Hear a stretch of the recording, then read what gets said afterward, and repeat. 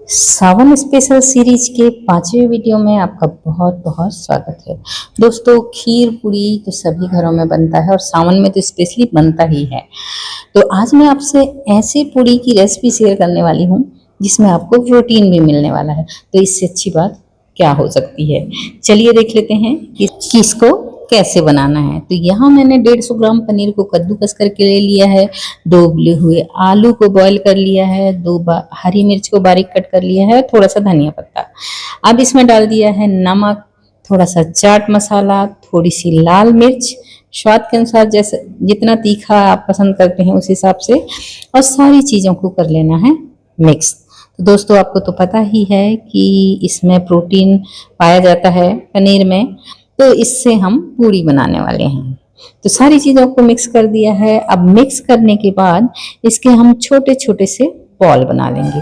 देखिए इस तरीके से, जितना छोटा बड़ा आपको चाहिए, जब आप इस रेसिपी को पूरा देखेंगे तो आपको पता चल जाएगा कि कितना छोटा बड़ा बॉल आपको बनाना है।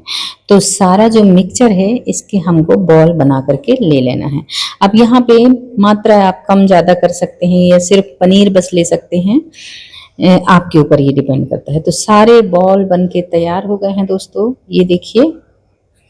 तो चलिए इसको रख देते हैं साइड में और अब हम बना लेते हैं अपनी पूड़ियाँ।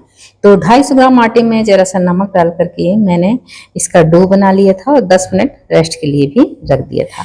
अब इसकी छोटी सी हम पूड़ी बेल लेंगे। देखिए जैसे हम पूड़ी बेलते हैं ना, बिल्कुल वैसे पूड़ी बेल लेंगे और इसको रखेंगे हाथ में, बीचों बीच में रखेंगे पनीर वाला बॉल, और जो ये एक्स्ट्रा आटा है ना इसको हम निकाल देंगे और इसको फिर से इस तरीके से दबा देंगे और थोड़ा सा आटा लगा देंगे, इसमें आटा डस्ट कर देंगे। और इसके बाद हम इसको हल्के हाथों से इस तरीके से बेल लेंगे।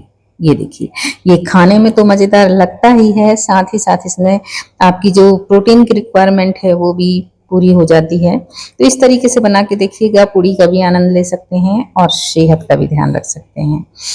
तो एक और मैं आपको बना करके दिखा दे रही हूँ। ये देखिए, आटा लगा करके मैंने एक लोई ले ली है, इसको इस तरीके से कटोरी जैसा बना लिया है।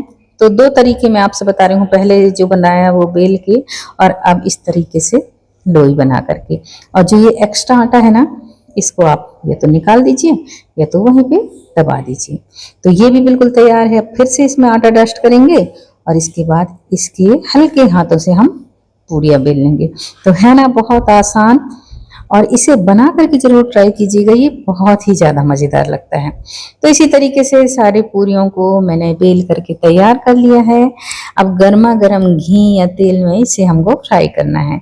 तो मैंने तेल गर्म होने के लिए यहाँ रख दिया है और ये देखिए तेल हमारा अच्छे से गर्म हो गया है, क्योंकि पूड़ियों के लिए तेल अच्छे से गर्म करके ही लेना है। यदि तेल अच्छे से गर्म नहीं है तो आपकी पूड़ियाँ अच्छे से फूलेंगी नहीं।